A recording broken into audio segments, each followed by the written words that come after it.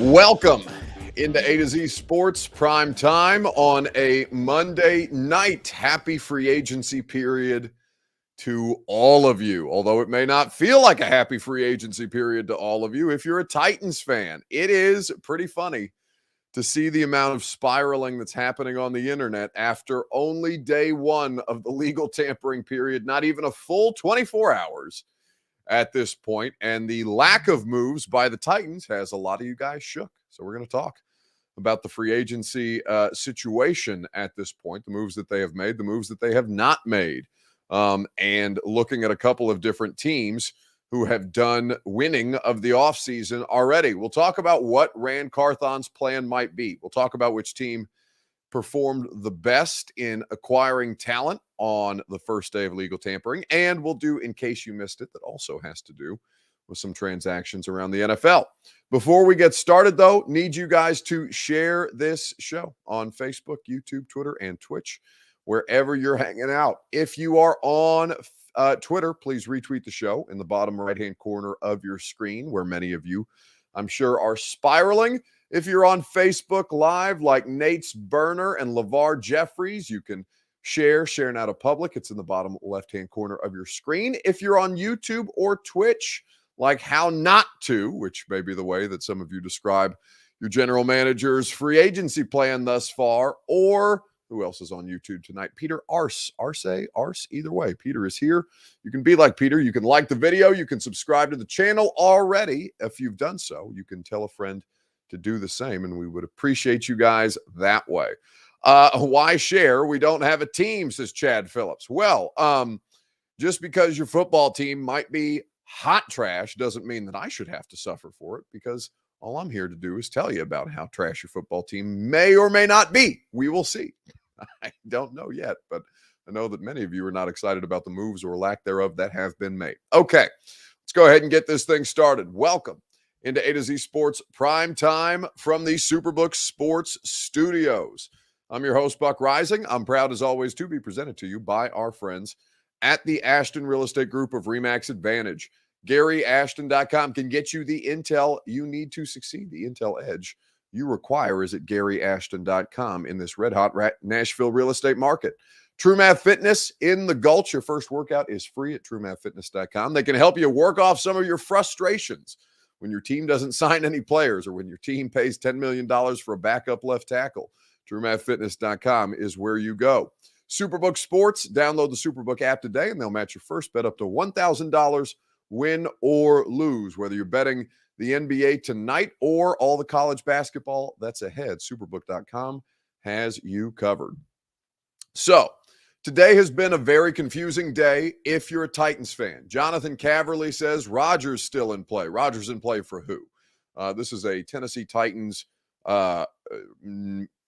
fan base, primarily, I would assume, with the people who follow A to Z Sports here in Nashville, although we do now have like 25 markets under the A to Z Sports Network umbrella. But if you're here, you're probably a Titans fan. So I don't know who the hell Aaron Rodgers is in play for, but certainly not the Tennessee Titans at this point. Looking at a couple of different things that the Titans have done today. Okay, let's start with the moves that they did not make.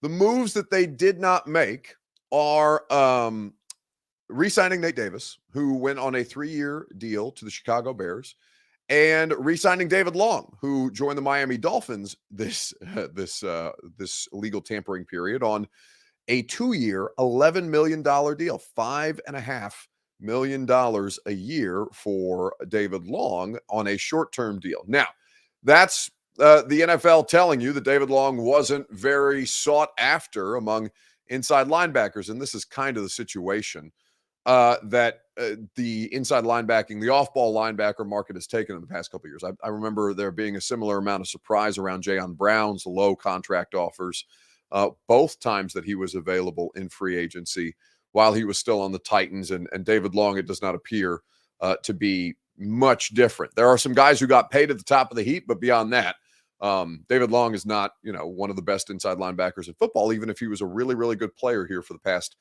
let's call it 2 seasons. But they chose not to re-sign those two players who are their biggest unrestricted free agents. So they let them walk. Comp picks will be on the other side of that for Nate Davis and David Long. So then there is the signing of Andre Dillard, who many of you wanted via trade last offseason, a former first-round pick in the 2019 draft class. He was drafted by the Philadelphia Eagles, lost his starting job fairly quickly, has only 9 NFL starts to his name, and has dealt with a significant amount of injury. You gave that man $10 million a year. I'm shocked to see his value be that high, but those are the 3 transactions that are associated with the Tennessee Titans today.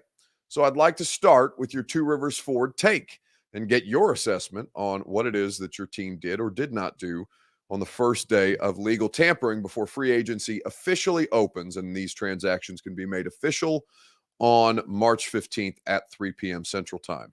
Your Two Rivers Ford take is this: grade the Titans' first day of free agency. A through F is how you do so. Do so in the comments on Facebook, YouTube, Twitter, and on Twitch. We will discuss at length together right after I remind you that A to Z Sports Primetime and the Two Rivers Ford Take is made possible by Two Rivers Ford. Go to Two Rivers Ford in Mount Juliet, and you can get a quality American-made Ford vehicle for below MSRP, because that's what they sell all their non-specialty new Ford vehicles for, always below MSRP. Two Rivers Ford has award-winning customer service and those quality American-made Ford vehicles that you will enjoy. So go test drive one for yourself at Two Rivers Ford in Mount Juliet, or build your own the way that I did at tworiversford.com. So how would you grade the Titans' first day of free agency? In the comments section. Ken Caniff says, we did not re-sign Long. Lane Eiserhagen says, still no extension for Big Jeff. Yes. Well, Jeff Simmons was never going to happen before Deron Payne or who got paid today? The interior defensive lineman from the Eagles, Jamon Hargrave, went to the 49ers on a substantive deal. Jeff was never going to get paid before those, was never going to accept a contract offer before guys like that got their contract offers. And now the Titans are under pressure to get that done before Quinnen Williams gets paid, because Quinnen Williams will get paid more money than Jeff, but will probably bring the Jeff contract up if it's not done before. So let's looking at some of these transactions. Peter says all the guys who have been hurt, Vrabes kind of got at that in the past. Specifically about David Long, Mike Vrabel did make comments about soft tissue injuries and things that guys like David Long and Christian Fulton could do to better prevent those in their own rehabilitation process. I think that a lot of people are concerned about the Andre Dillard situation. Pitt Tyson, quoting me, says backup offensive tackle with very obvious upside to be a solid signing. If you watch the tape, Pip, the tape of Andre Dillard is few and far between. You know what I'm saying? Like, I appreciate what you're saying there, because if it ends up panning out, and he ends up being, worthy of first round draft pedigree, the way that the Eagles initially thought that he was, that's all well and good. But the dude has played in 12 games and he's been in the league since 2019. Don't give me, you cannot give me tape in this particular situation. No, excuse me. The guy has appeared in 43 games. 12 games is how many appeared in last year. Apologies. I was looking at the wrong line. 43 games since 2019. He did only put together 9 starts in those 43 games. So he appeared in a variety of different functions, either as an extra offensive lineman or in reserve circumstances because of injuries along the Philadelphia offensive line. Last year was no different. He appeared in 12. It was the fewest games that he had played in all season throughout the course of his career, with 0 starts last season, despite Philadelphia dealing with several injuries. So yeah, tape is fine, but the tape is few and far between, and the tape is really from the last, 2 seasons ago. Not 2 seasons ago was the last time you've got evidence that this guy can legitimately play, and even then it's pretty spotty, right? Teams don't let good offensive linemen go. And Philadelphia does have the best offensive line situation in the sport, so they're not necessarily looking for a starting left tackle at this point, but they did take Andre Dillard with the intention of starting him in the NFL. Now, if it ends up panning out, it's possible that new scenery can go a long way for this guy. We'll see what the new Titans offensive line coach, Jason Hotaling, is able to do with him, because development has not been a strength of this offensive line coaching staff in the last couple of years. Dylan Radins has not made progress. Nate Davis is probably their best success story in the last couple of seasons, and they've not been able to find and really help a right tackle or find a better guard situation than they've had beyond Aaron Brewer. So, yeah, I mean, potential is all well and good, but like, potential is what you bring up around Caleb Farley. I don't need another Caleb Farley in my life. You know what I'm saying? Like, I don't need more questions about another Caleb Farley. This is this to me is another version of a Caleb Farley syndrome, where you continue to be lured by that potential. But there's no, really, if you're citing tape, the tape evidence is not out there at this point. So how would you grade the Titans' first day of free agency? Sam the Man says F. D plus says SCP. Dakari says C. Bradley Mangold says a D. I think that there's a lot of different ways that you can look at this, but I'll get into that here in just a second. Quick reminder, though, that the Primetime Show is presented by the Ashton Real Estate Group of RE/MAX Advantage. GaryAshton.com is where you go for your dream address without the stress. The Ashton team will make sure that you get what you need to succeed with that Intel edge. They're always the best in the business when it comes to help you finding your dream address or helping you sell your home for more. Gary Ashton is always there for you to make sure that you can get the best value on the best properties. Go to GaryAshton.com for more information. So grading the Titans in free agency on day one, only one move being made at this point, only one signing being made at this point. The Tennessee Titans signing Andre Dillard. As you know, I have no idea whether he'll be a starting left tackle. For $10 million, you're kind of in the middle ground, rolling the dice, saying, okay, if he ends up being better depth, that's fine. They have terrible depth at this point. They don't have any depth right now. Dennis Daly's not even under contract anymore. So they needed a left tackle in some way, shape, or form. They could still draft their left tackle of the future and move Andre Dillard inside to guard. That is also a possibility, because they'll need to replace Nate Davis and need to find other solutions along that offensive line. NPF is the only returning starter at this point, with Ben gone, Nate gone, and Lawan gone, even though Lawan didn't start a terrible amount of games in 2022. I would say,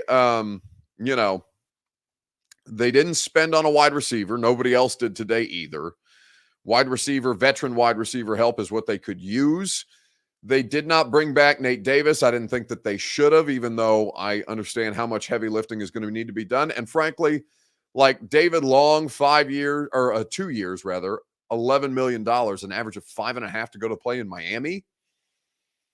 I think that's pretty affordable. And I like David Long enough to keep him at that price point, but that may have been the best offer that David Long had out on the market. And I don't know how much the Titans tried to retain him. It doesn't sound like they made a ton of effort to do so. Inside linebacker, again, is not a premium position. So maybe they are not valuing it the way that the rest of the league is not valuing it. Looking at the circumstances for the Tennessee Titans, I would say that a D is probably fair. Not retaining the two biggest free agents and bringing in a free agent at a position of need, but for a pretty steep price point. Let me say C minus. C minus. D seems a bit harsh because they don't have any money, so I don't know who I expect them to pay. Really, they don't have any money, even with all the releases that they made, including Ben. Bud Dupree can't be made official until the new league year starts, so they'll have to wait until Wednesday for that. Maybe they'll wait until Wednesday to make more substantive moves. But with all the different needs on the roster, a $10 million backup left tackle is a tough kind of sell, I would say, at this point. Why did we not re-sign David Long for $11 million for 2 years? Well, it's clear they didn't want him. That's the only answer I can give you now. Why they didn't want him? Mike Vrabel has messaged about the injuries before. David, again, off-ball linebacker is something that is fairly easy to find, I think. with a couple of these draft classes. Although this is not a terribly strong inside linebacking class, and really the only one, I don't think Dylan Cole's under contract right now. I can fact check that for you really quickly, but I think that Monty Rice and Dr. Jack Gibbons may be the only linebackers that the Titans have on their roster under contract. Dylan Cole, yeah, Dylan Cole's an unrestricted free agent right now. So Dylan Cole's not even there. And Dylan Cole was somebody who had outplayed Zach Cunningham. So you can't even put Dylan Cole back out on the field. Now you could bring him back, I guess, theoretically, or you could get cheaper and try and draft one, which it looks like this team might do. But they only have 6 draft picks. Like, unless they're going to move somebody and pick up additional draft capital or trade out of 11, I think that I guess who was the Ole Miss linebacker that they drafted last year? He was pretty quickly not available. I'm blanking on his name as a part of last year's draft class. I think he was a 7th round or a 6th round draft pick. Chance Campbell. Does that sound right? Chance Campbell is what Robert is saying, giving me the thumbs up back there. So Chance Campbell, I think, is still on the roster. I don't remember. I'm pretty sure he spent last year on IR. There's just so many players who were not available last year. Chance Campbell is still under contract with the Titans, so he is in the 2nd year of his deal, but he's not a coverage linebacker. He would be a backup to Monty Rice and a special teams player, so that's not a one-to-one replacement at this point. Now they can find day 3 inside linebackers. That was Jayon Brown. That was David Long. They're out there. I wouldn't sweat the David Long thing so much, but I do think that they've got so many different players to replace that it is a tough spot to put them in.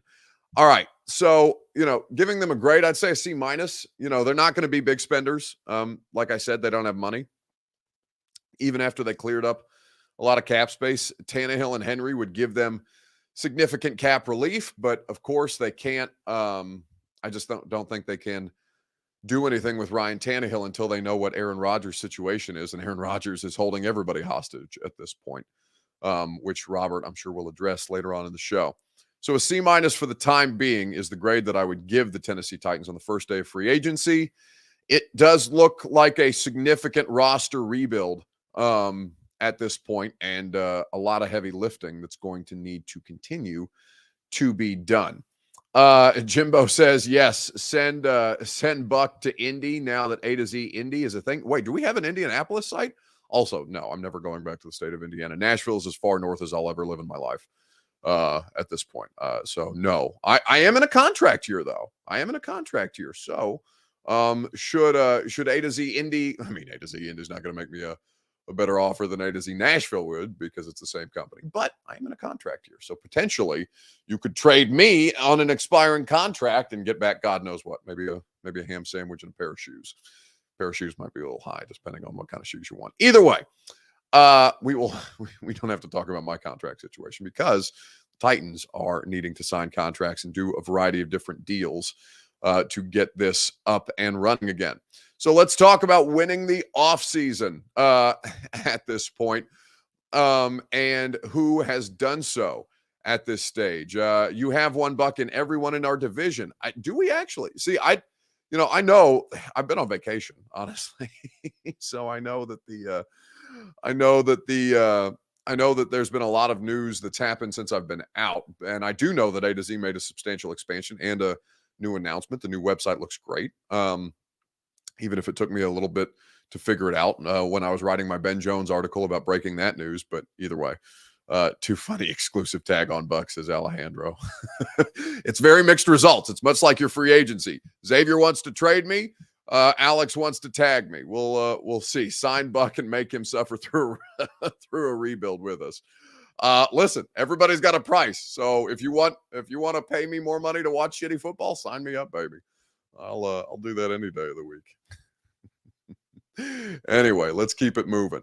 Who won the offseason who won free agency day 1? We'll talk about it together on Facebook, YouTube, Twitter, and Twitch, and discuss at length right after I remind you that the Primetime Show is presented by Superbook Sports. Download the Superbook app today, and they'll get your first bet, match your first bet up to $1,000, win or lose. They will make sure that you enjoy the betting process and have the opportunity to wager on all your favorite sports. Superbook.com has the best odds boosts and promotions. So download Superbook's app today. Go to superbook.com for all the terms and conditions. Gambling problems, go to the Tennessee Red Line, 1-800-889-9789. You guys just keep coming up with the trade options for me. Buck for Lamar in a joint sign and trade. Yeah, I'm sure Robert Walsh would love that. He would be rid of me, but he would. Actually, that might benefit Robert most now that he's in Nashville, to trade me away and to get Lamar in Tennessee. That might be enough to convert him from a Ravens fan to a Titans fan. I'm saying the Broncos won today. 2 upgrades on the offensive line, something the Titans should have done. Yeah, but a lot of money for offensive linemen that were allowed to hit the market. Those deals don't typically pan out all that well. Let's see. Every team but the Titans, says William Young. Buck for a washing machine, says Stephen King. That reminds me, I need to go pick up some laundry detergent after this. I say Miami. How not to, says Miami at this point. Xavier Cohen agrees. I would say to you that there is a couple of different players to consider. Now, I would say that a team that you could not say did the best in free agency today because of the talent that they let walk is the Titans. There's a couple of Baldy breakdowns that I want to share with you. The first is David Long. David Long is an absolute ass kicker when he's out on the field. Now, he's missed 12 games in the last 2 seasons. That's a lot at this point, and the hamstring injuries is something it seems the Titans are willing to gamble on him not being able to figure out. But Brian Baldinger does the Baldy breakdowns on the internet on a regular basis. We've got one of Andre Dillard for you as well, speaking of teach tape. But I want you to watch the David Long one first to see what it is that the Titans just lost in the middle of their defense. I think people know Kevin Byard. I mean, I hope you do. As good a free safety as there is. I think they know who Jeffrey Simmons is. At least I hope they do. But do they know who David Long is? This is the first play of the game. This is how you play football. This is Tennessee Titan football right here. You just come in and you just blast the guard. You just come in, you just give him, bam, right foot, right shoulder, right foot, right shoulder. Just blast him. All right? And then get off the block and make the tackle. You know, Aaron Jones, A.J. Dillon, they ran for 207 yards against the Cowboys. They couldn't get 60 yards last night against this defense. You watch this David Long Jr., he leads the team in tackles, like negative plays, all these plays last night behind the line of scrimmage, one after another, because all he does is attack. Like he attacks and he just finds the opening. Full speed player. Like just put your periscope on David Long Jr. You'll have a good time. You'll get your money's worth. It'll be worth your time. Like what he sees here is he sees, all right, I got my inside linebacker right here. Like just up. Now go attack. Bam. Watch what he does to Aaron Jones. Puts Aaron Jones right on his Jones. Like bam. Like that's Titan football. Just win each battle. End of the game. 2 minutes to go. First play, he blew up the right guard. Here he is on the last play. Last play of the game, 4th and 1 midfield. Watch this here. Watch him just attack the center. Josh Myers, there he is, sticking his head right in the gap and taking down Aaron Jones for no gain. Aaron Rodgers looking over to the sticks on that side. He's looking to the sticks on that side. He's like, damn, we didn't make a yard. We couldn't make a yard. That David Long Jr. just stuffed him all game long. There he is. Like, he's got to stand on his toes maybe to get to 6 feet. It doesn't matter. It's the way that he plays. Like the modern day London Fletcher. Like the modern day London Fletcher is crazy praise from Brian Baldinger. William Jones says, why the F is Jeff Swaim still on this team? He effing sucks. Jeff Swaim's not on the team. Relax. He's an unrestricted free agent. You guys crack me up. But yes, letting David Long go was tough. And I think that's a good articulation of it. Nika says, I know he was hurt often, but I wanted to keep him. He was fun to watch. Fan favorite, big time player on defense. By the way, the defensive signal caller. So like, you're not only replacing a good linebacker, you're replacing the person who makes your defense organized at this stage. I don't think that's Monty Rice right now. Now, maybe it could end up being maybe Kevin Byard puts the green dot back on and has to orchestrate the defense from the back end. But David Long is not just losing a player, not just losing an inside linebacker, not just losing a good player, but he's also losing one of the team's leaders and top communicators, somebody who understands the defense and somebody it's fair to imagine that Shane Bowen had a good connection with in how they were able to call defense and get that executed on the field. So the modern day London Fletcher, a tough scene. AC 720 says Will Compton's coming back. That's the way you'll know it's a true tank. A true tank if they re-sign Will Compton for year 10. Although it would be I'm running out of dudes that I know anymore. I'll be honest with you. That locker room looks a lot different than the locker room that I've created relationships with over the past couple of years. So I would like to have familiar faces back in the locker room just for the sake of being able to talk to somebody, but talk to people. But rosters turn over all the time, and now it's time for me to learn a bunch of new different players and make those new relationships, which should be a lot of fun. Because I mean, listen, I think roster construction is fascinating. Now, it may not end up being a good football team. I personally don't think the Titans have much to aspire to at this point, just pending some significantly different moves that they'll make between now and the end of the NFL draft process. But, I mean, I do think it's fascinating to see how they try to put this thing back together. Now, how they'll try to put this thing back together is also signing depth on the offensive line. I don't know if Andre Dillard's going to start, but somebody brought up tape study of Andre Dillard earlier. We have another Brian Baldinger breakdown for you on that. Traded up from 25 to 22 in front of the Houston Texans to take Andre Dillard. I thought he was the best tackle in the draft. Now, he's a pass protector, but there he is, just caving in the whole side of USC's defensive line for the touchdown. 6'5", 315 pounds. He ran a 5-flat 40. The heir apparent to Jason Peters. 3-man rush, no problem. Just dig him out. All right, now, let's watch him here against Colorado. Bam. Hands inside. Great position. Even when he gets pulled, he doesn't get pulled forward. Now, let's watch him here. Let's watch the technique here against Colorado. 2-point stance for most of his career. Good shuffle. You want to try to dip underneath him? He's going to run you right around the horn. Andre Dillard. Eagles like the trenches. They just got more. Okay, so that's college tape, though. He's not done that in the NFL on a consistent level. So the college tape, all well and good. We'll see if the Titans can't bring out a better version of him. Looking at teams who won the first day of free agency, though, I think the Dolphins really kind of take the trophy so far. Now, they traded for Jalen Ramsey prior to the new league year beginning. They have acquired David Long. We were talking today to Trevor Sickham of Pro Football Focus. He mentioned their interest in Odell Beckham Jr. to go along with Jalen Waddle and Tyreek Hill in that wide receiver core. I don't know what that would cost, but it would be a phenomenal watch. I think the Dolphins are the team that people are looking at as going all in at this point.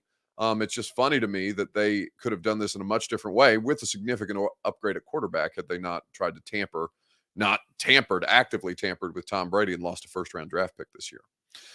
All right, let's move on to In Case You Missed It, and let's welcome producer Robert into the fray to tell us what exactly, through all the free agency news, because there was a ton of it. In fact, there are still free agency deals being reported as we sit here right now. The latest that I saw was a deal for a former Broncos, Draymond Jones, the former Broncos defensive lineman, going to the Seahawks on a $48 million deal. Either way, it's time for In Case You Missed It.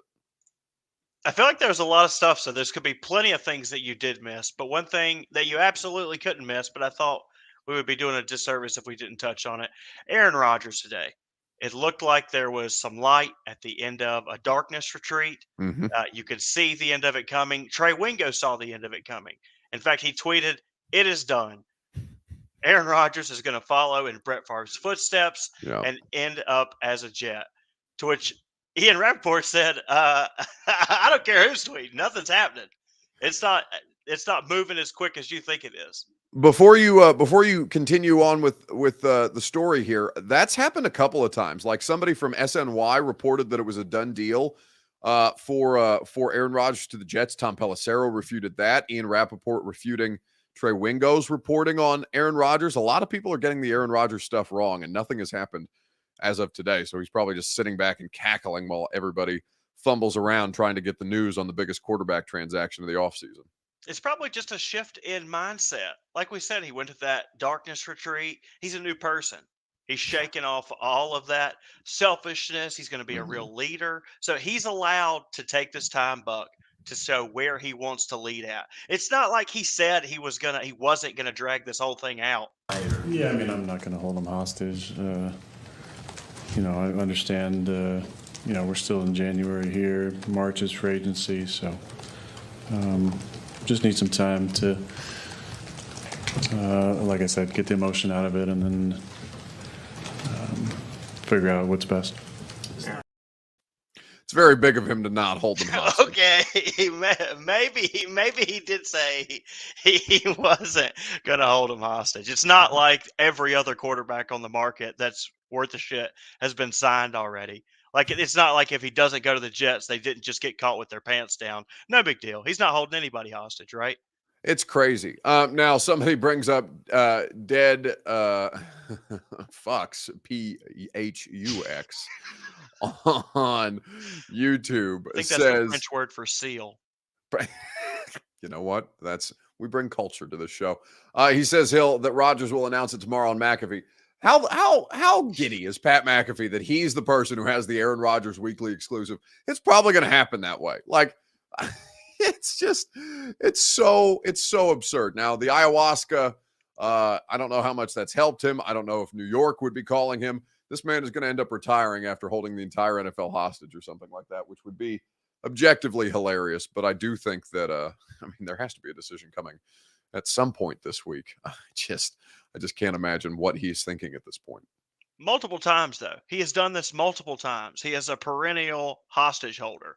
Every year, it's always like, oh, I want a new deal, or, oh, I don't know if I want to play, or, oh, you should trade me. You shouldn't trade me. I don't know if I want to go. I'm going to go in a hole in the ground.